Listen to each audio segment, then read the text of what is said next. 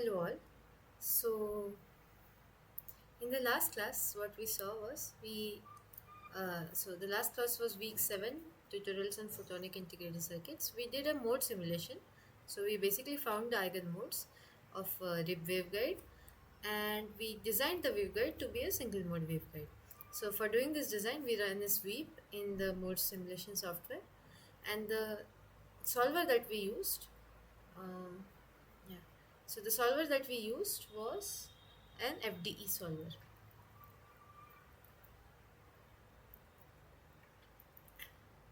So yeah, so let us continue our discussion on on the same lines.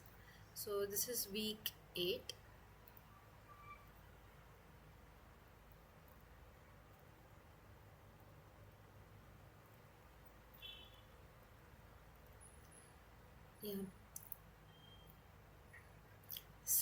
Yeah. So let us look at the software again. So this was our simulation region. We had a silicon waveguide that is shown here, and an SiO2 cladding. So we defined the geometry. We found out that for a 400 nanometer wide waveguide, and the height was 300 nanometers, we had a single mode condition. So if I run it again, if you see the first 5 modes, we see that the first mode has a refractive index of 2.5. The second mode, so the first is the TE mode, second one is a TM mode, and it has a refractive index of 2.24, and the rest of the modes are not confined in the waveguide.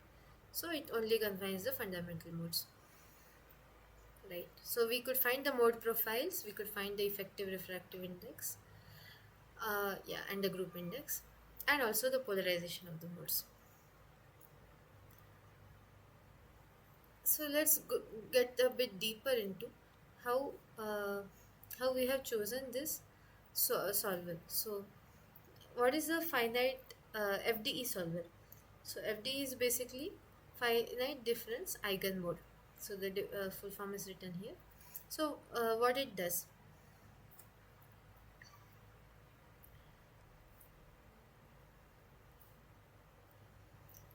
Finite difference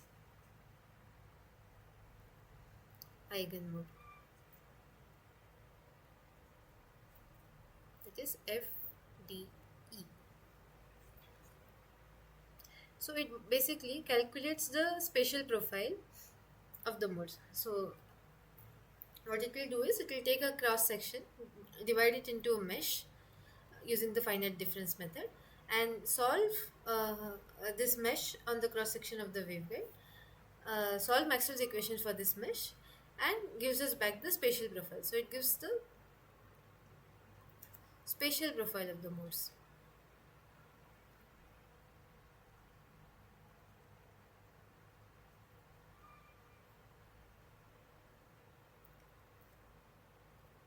Calculates an effective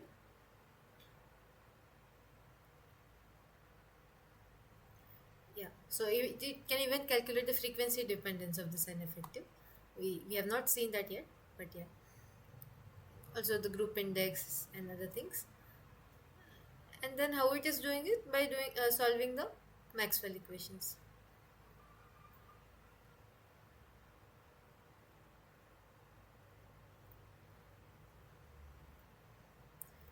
And where it is solving the Maxwell equation, it's not solving it in 3D, it's just solving it over a cross section of waveguide. So that is a 2D simulation.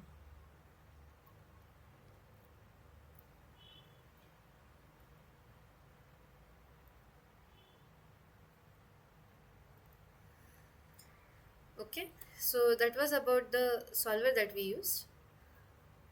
Then the next thing is, if I just go in this and hit edit object, you can see that, sorry, you can see, so we are doing, the solver type is 2D Z normal. That is because it has to take an XY cross section, so it has to be Z normal. If we go to the boundary conditions, we have chosen all to be metal boundary conditions. So let us look at all the possible options. So there are multiple options. Why did we choose metal? So by default in numerical, it is always set to metal.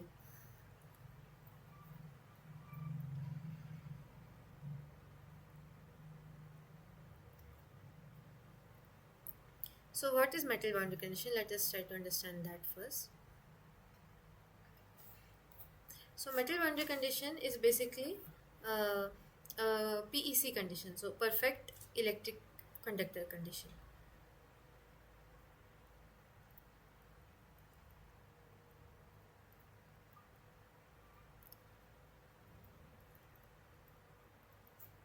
PEC boundary condition. Okay, so it basically means that say there is a metal around your waveguide. So that seems very unphysical, right? So why will we want? So in any real life scenario, there is not going to be any metal at the boundaries. So it's just going to be oxide everywhere or air. So why have we put metal? So the reason is basically just to ease the simulation. So it is known that so for this simulating software, the metal boundary condition runs fastest. So simulations run fast in this. So that is the only reason we chose metal, and it is suggested to choose metal for the first preliminary simulations. So when can we not choose a metal boundary condition? So whenever we expect the mode profiles or the optical energy to be close to the metal boundaries. So whenever we expect the light to be closer to the boundaries, we should not choose a metal boundary condition. So that is obvious, right? So what is a metal boundary condition? If you think of a metal around a waveguide, what comes to your head? It will be perfectly reflecting.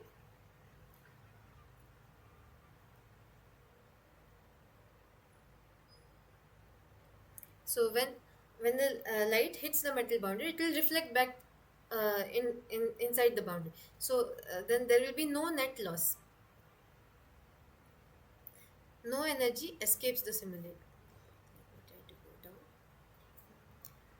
No energy can escape the simulation region.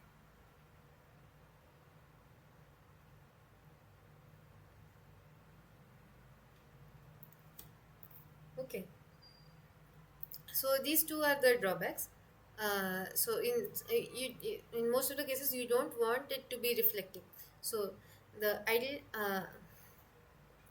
ideally you will want something that will absorb the light. So whatever light is going here should just go pass out outside the simulation, right? So we want a boundary that will absorb. So for that we can use something known as a PML boundary condition.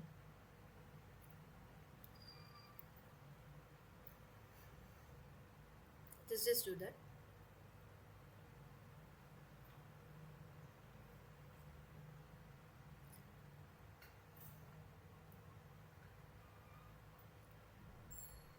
See, again we get similar results, but now there is also this loss term.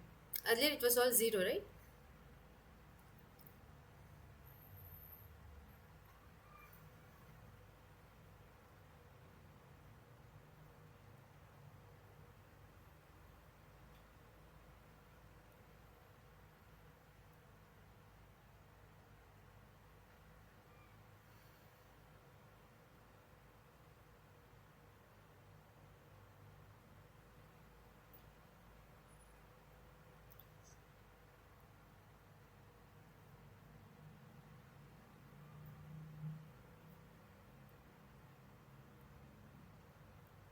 So these two have very high loss, and this one is 10 power minus 5 dB per centimeter, and this is 10 power minus 7. So this is the least loss. The sign for the loss is some kind of an error again. Hmm. So you definitely don't expect a gain.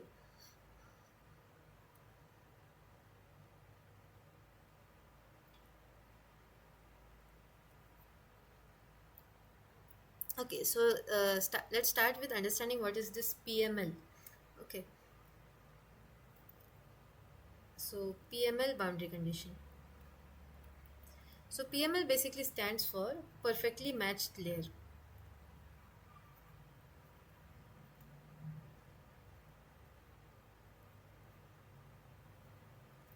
Okay, So for our purposes, what it means is that it absorbs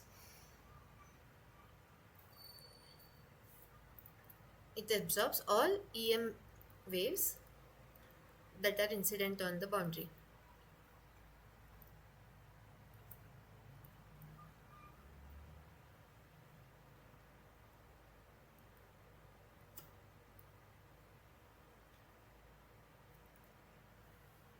That is all it means. Yeah. So when do you think something like this will be useful? So now, what we saw was the modes were kind of similar only, right? We again saw that there are two modes, one TE and one TM mode that is confined in the waveguide. So that is similar to what we saw for the metal boundary conditions. So when do you think it will be useful to go for a PML boundary condition?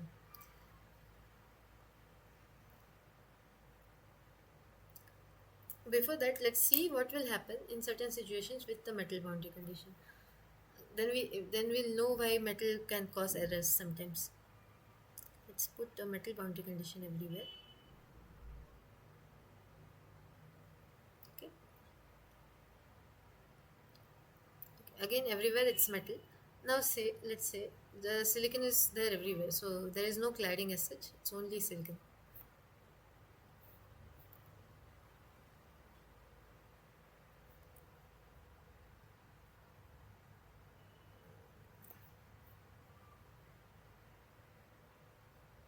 Okay. So what this basically means is that it's just silicon. There's no cladding. So what do we expect? We expect to see no modes, right? Because for light to be confined, there has to be total internal reflection. And for there to be total internal reflection, there has to be two refractive index. There should be a refractive index contrast. Now we are giving no contrast. Let's see what happens. See, we are seeing slab mode like profiles. So there are so many modes that are confined. How is that possible? That's because we are giving a metal boundary condition. All the light that is incident here is getting reflected back inside, and that is causing modes to be formed in this region. So these modes are not coming from the underlying material geometry and everything, it's just coming from the boundaries. So in such a situation, obviously metal boundary condition is not helpful. When our light is going to be incident on the boundaries, it's not helpful. So let's just do PML to verify if PML is able to uh,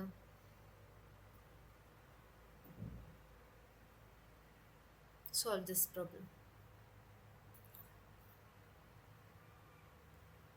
See, no physical modes are formed.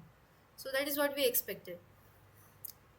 So in such situations, we should always go for uh, PML boundary conditions. Let's say I want to find, say my expand a little bit.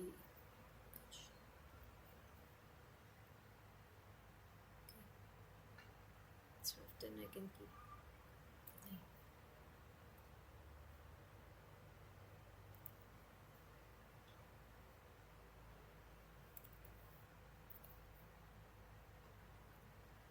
So this is like a slab waveguide now. Now in this case, since the waveguide is extending all the way near the boundaries, we will go with PML boundaries condition.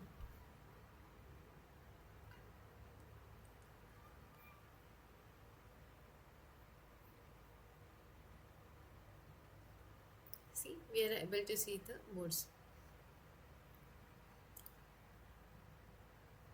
So here we kept the waveguide boundaries. So in the y-axis, we are still giving some confinement. Right? What do you think will happen if I don't give this? If I just extend it all the way to say 10 microns.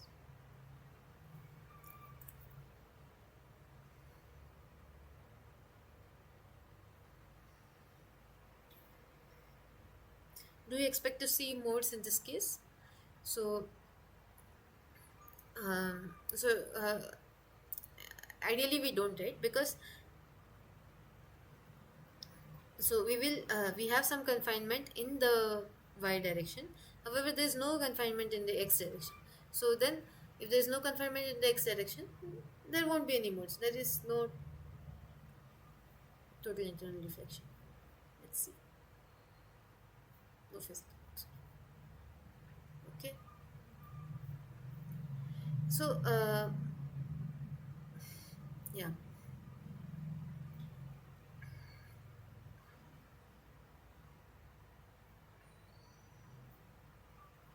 Let's just try out one more thing.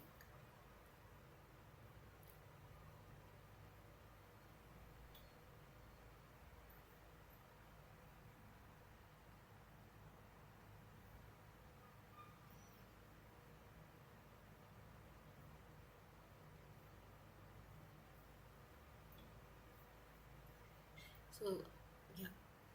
So, since we don't expect any light to be incident on these boundaries, I just made them metal, and yet still we cannot see any modes.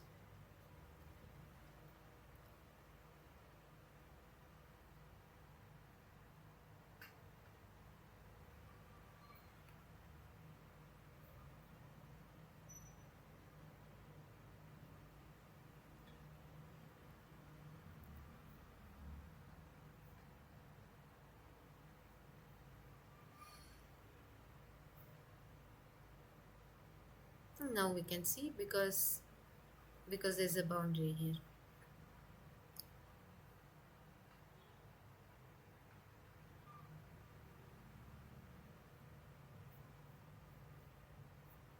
You can clearly see the fundamental first order, second order, third order.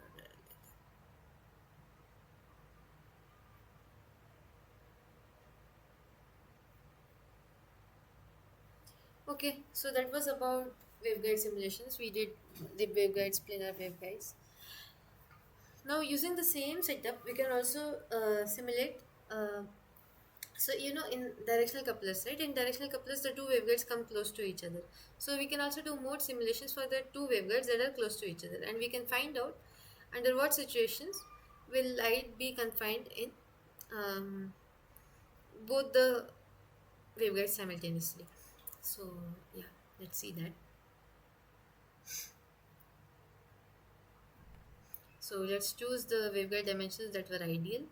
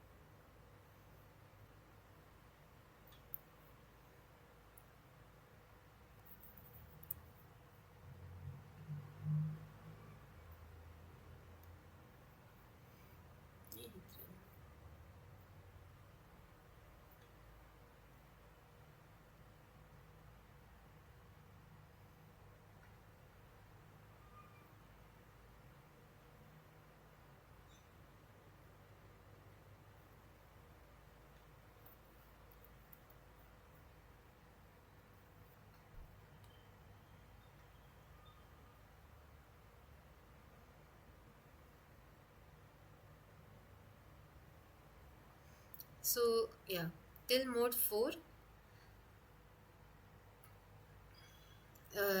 so all these modes are possible, and the rest are not possible, not propagating modes. So, we see that in all situations there will be light in both the waveguides. Let's try to move it a little further apart.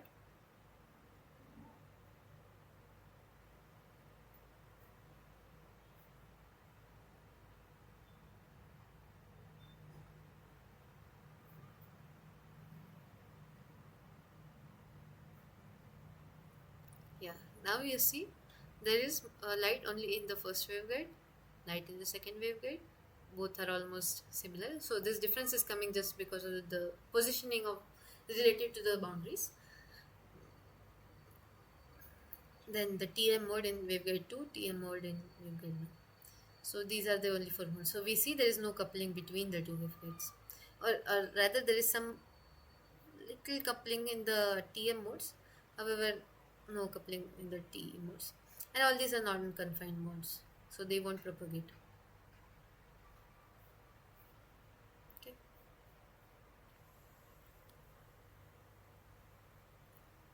Let's do something little interesting. Let's bring this very close.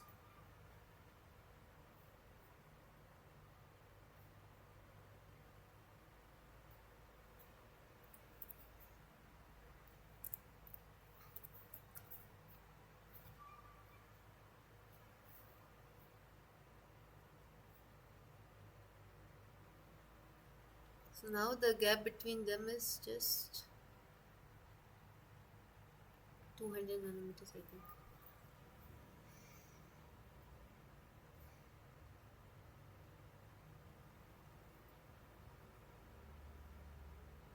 or 20 nanometers.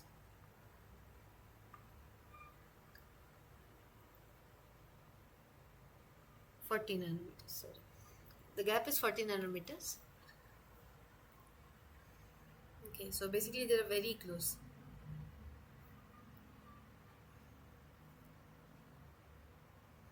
You see now the light is more in the center compared to the waveguides. So the light is confined in the SiO2 region rather than the waveguides. So you remember what are these type of waveguides called? So these are known as the slot waveguides, right?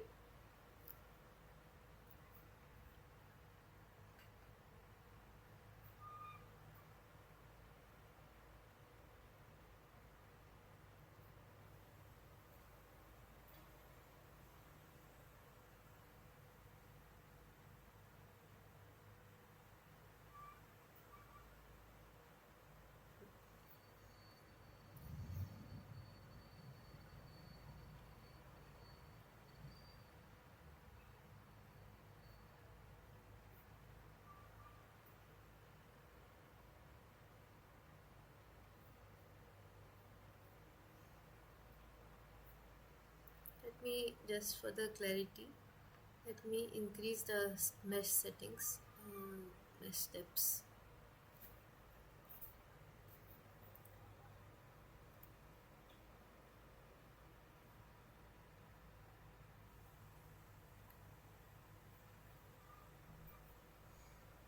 We don't need 10, we just go for 5 modes.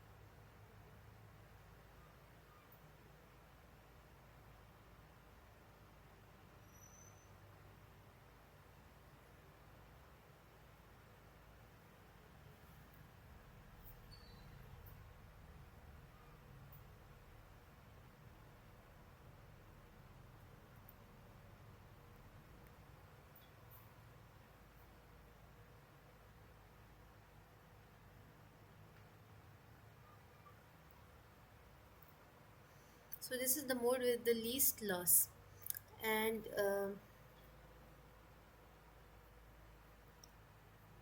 maybe it's not very well visible here, but most of the light is in the slot region itself. To make it better,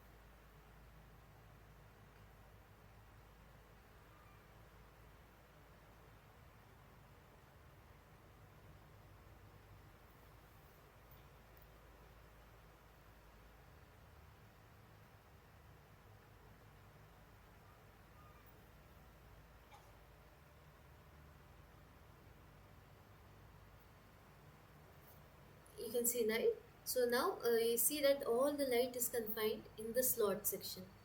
So in between the two wavelengths, and that has a lower loss compared to when it is confined in the waveguide. See, this is 10 power minus 7, this is 10 power minus 9. So that means something. So that means that uh, even though the you expect that this is just SiO2, right? So there is no contrast with the cladding, but the effective refractive index is so high that in between the two wave silicon regions, the effective index that the mode is seeing is high. So because of that, the light is being confined in the slot. So such waveguides are known as the slot waveguides. And the theory was discussed in class.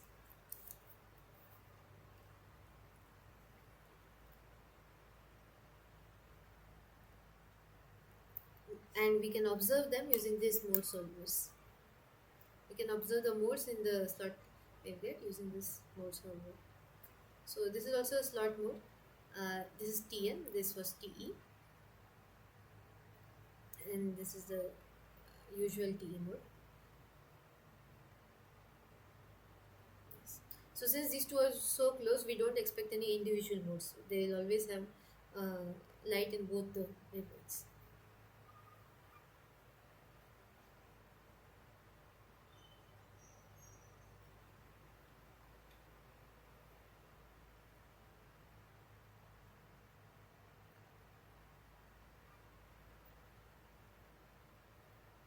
Okay. So yeah, so we can keep playing around this. Uh, okay. So that was about using FDE solver. We can do waveguides, we can do directional couplers. So now let's see how we can do how we can. So here we cannot see what should be the coupling length and all that. So if I want to do a proper directional coupler simulation, I should do also a variational FDTD simulation. So let's see how we can do that.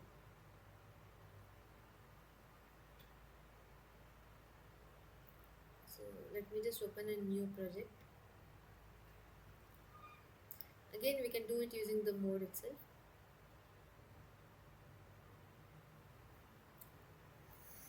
Yeah, right. Okay, so now let's again start. So what we are going to do now is I'll just try to explain that. So last time in the geometry we just gave a waveguide geometry, right? So now we want to make a directional coupler.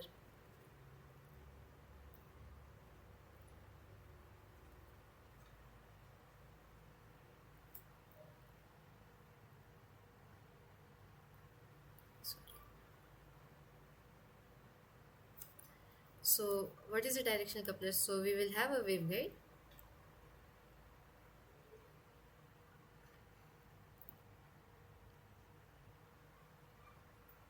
something like this, right? And there will be a gap here.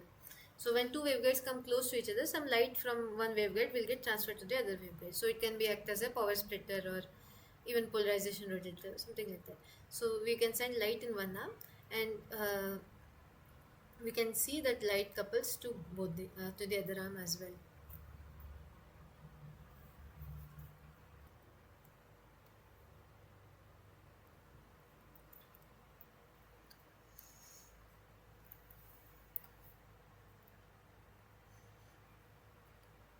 So usually the things that we want to find in a directional coupler simulation are, so say I want to design a directional coupler for complete power transfer. So the light that is incident in arm 1 should be completely transferred to arm 2. Or I might want to transfer 50-50. But say that for now, let's say I want to design for complete power transfer.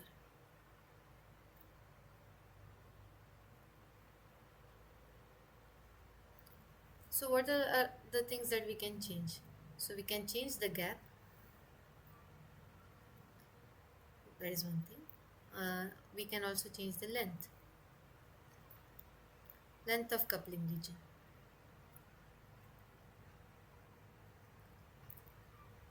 So in order to simplify our life, what we usually do is we will simulate only this section. So the geometry that we define in our simulation will look like, so if I'm looking from top, so top down, so this is my waveguide 1 and this is my waveguide 2. Okay, and then I will put a source here, so my light will go in this direction, and then based on this gap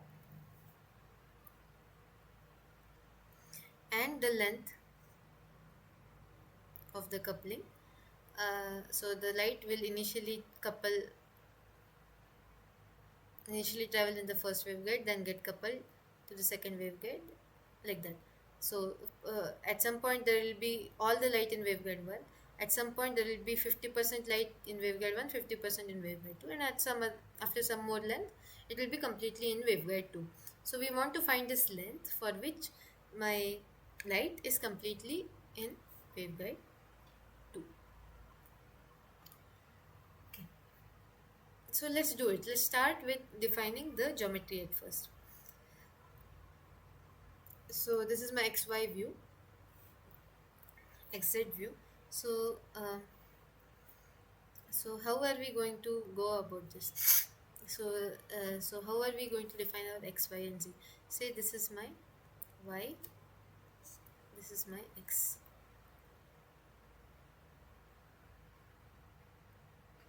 Okay, and light is propagating along the X direction, and Z is the so earlier we were doing light propagating along the Z direction. Now we are doing light propagating along X direction, and Z is my so XZ will be the cross sectional view. Okay, so this will show the cross section, and this will show the XY will show. Or for ease, we can also do windows, and we can also set up the YZ view and the perspective view. So in perspective, we can see it in a 3D. So let's start making the geometry. Again, I'll go start with a rectangular structure. So let this be the oxide.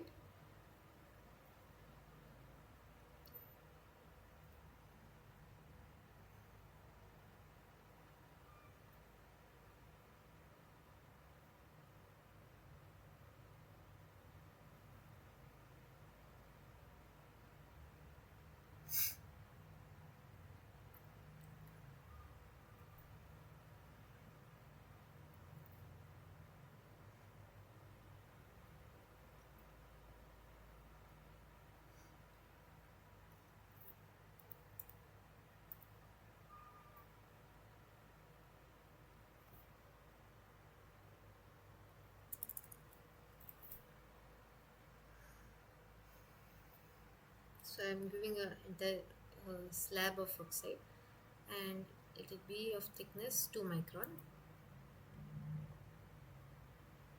Okay. I want the minimum to be minus 2 and maximum to be 0, just for my convenience. Okay. So let me name it as SiO2. Then there will be a substrate silicon and a device layer silicon. So first let me do the substrate silicon. So min will be say minus 5, 2, material objectifier, silicon 10, 10. Apply. So now I have a silicon underneath. Okay. So it is edit object material.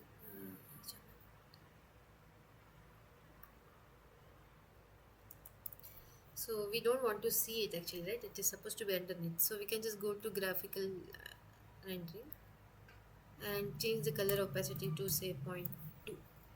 Apply. So that way it does not obstruct our view of the oxide layer that is on the top. Okay. So this is silicon is below the oxide. You can see it here. Since I have changed the opacity, it's kind of transparent, but you can still see the boundaries, right? So I have made the substrate silicon, I've made the oxide. The next thing is to make the silicon waveguides on top of this oxide.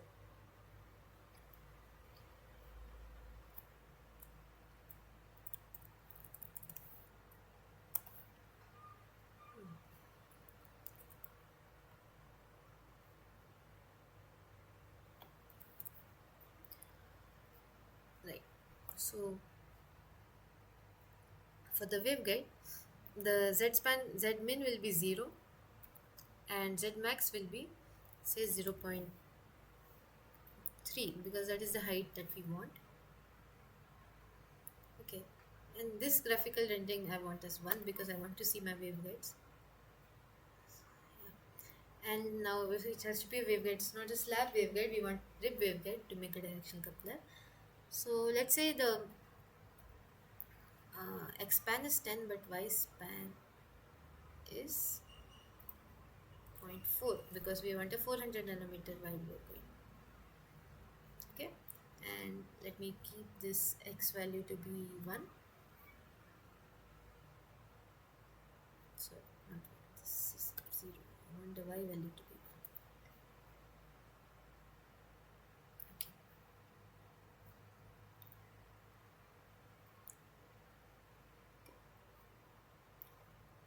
Edit object. Sorry. I wanted to copy paste it. Ctrl C, Ctrl V. So this is my waveguide 2. And this Y value I'll keep it as -1.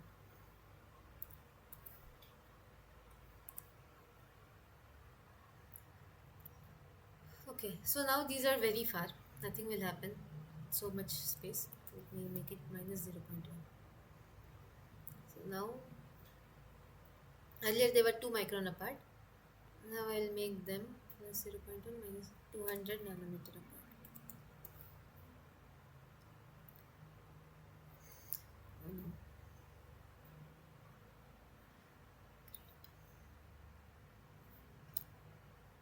So it's like 100 nanometer grid. So if you struggle with numbers like me, you can just, so this is 100 nanometer apart and 200 nanometer apart. Okay.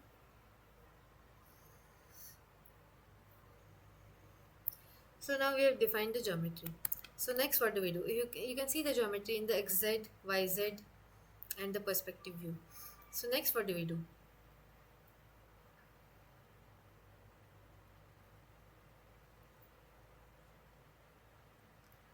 Next we have to obviously do the simulation region, define that also.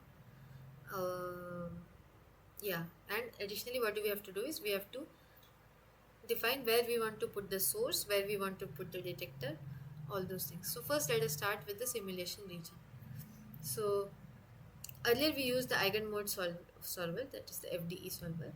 Now we will be using a variational FDGD solver. So I put that. Just a minute.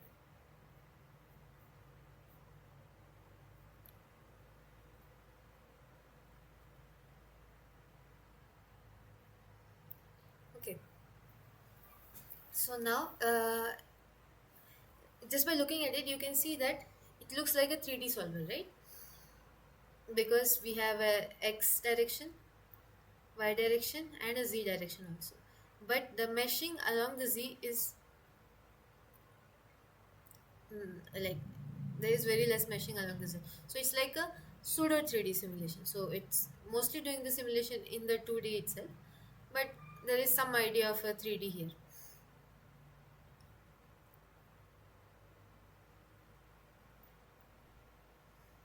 So the meshes in 3 dimensions, so we see only 2 steps, right? Or I'll just get object.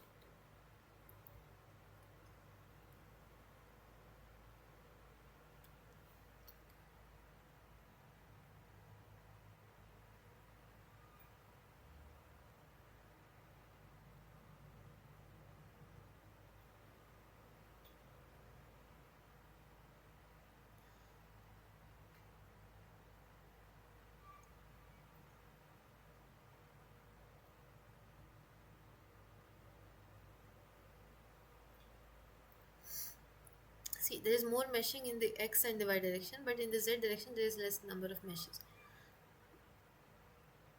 So that's why it's kind of faster than the uh, standard FDTD simulation. But yeah,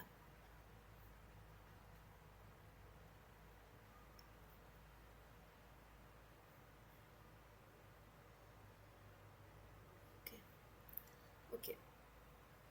So the next thing that we have to do is uh, we have to take this cross. The green one should lie on the higher refractive index region, and the blue one should lie in the low refractive index region. So that is what we have done.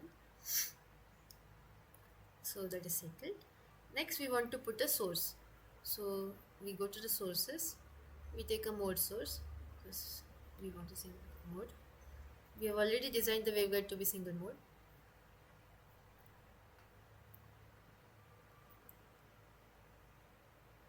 Geometry, we don't want the y span to be this huge, so our waveguide width is how much? Waveguide width is 0.4, 400 nanometers, right?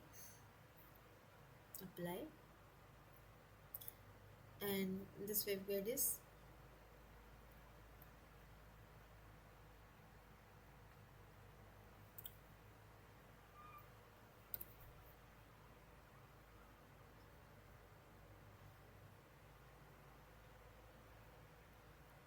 okay.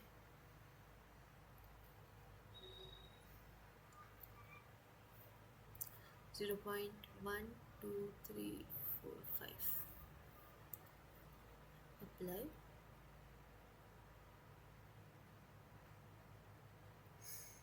right? Now I want it to be here, so x will be minus 3.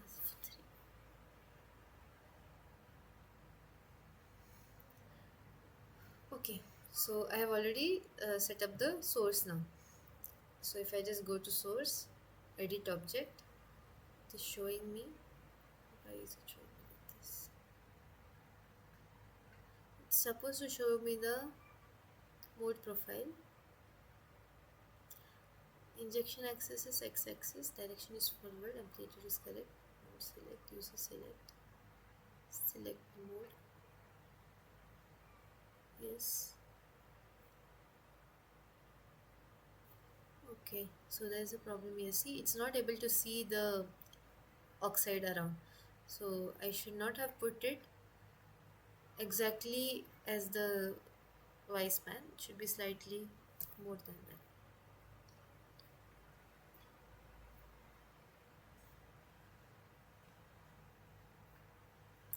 Yeah. Now we see a mode profile. We can again go and choose modes. So not 20, say 5. This is just like the mode simulator, calculate modes. See, so this is the first mode, this is TM mode, this is the TE mode, and then the first order, second order, like that. So yeah, so let's choose the first TE mode, fundamental TE mode. Okay, select mode. So that's how we select the mode that the source will be sending. Geometry is done. Frequency. Now what frequency do we want to give?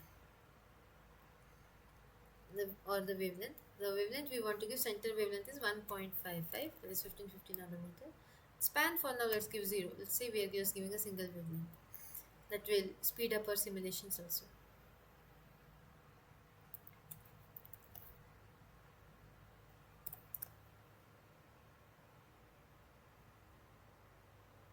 Okay, so we see that we are sending light only through the one waveguide, and now we want to see how it transfers to the other waveguide.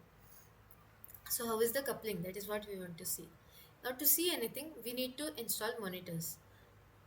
So there are different types of monitors. Refractive index monitor will show us the refractive index profile. So we can set up the refractive index monitor. So it's like this. And if I just go and hit visualize, index preview. So this preview it gives even without running the simulation. So we already know based on the geometry. So the red region is the higher refractive index region, blue region is the lower refractive. So this is as expected. So we close it. Next, we want to set up. Uh, so we want to know the field profile and power as well. So let's set up the frequency domain, field, and power monitor. So we don't want to know the so the power monitor should be cross-sectionally positioned across the waveguide. So edit object, then we go to geometry, and this is now 2D Z normal, right? We want it to be 2D X normal because we want to know the power in the waveguide, so we have to put it cross-sectionally. Y span we will do 0.4 because the waveguide width is 0.4 high. Okay, and then we'll just place it at different positions.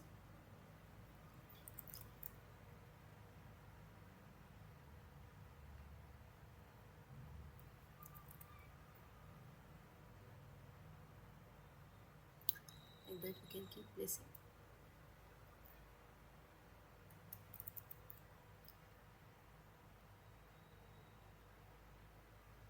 Okay,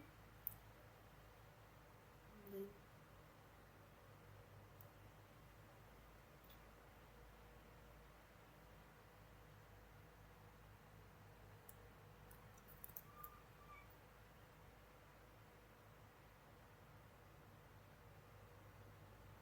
right. So these monitors, once the simulation is run, they will tell us the power in different arms and the field profile in different arms. So we have that's why we have placed multiple at different positions.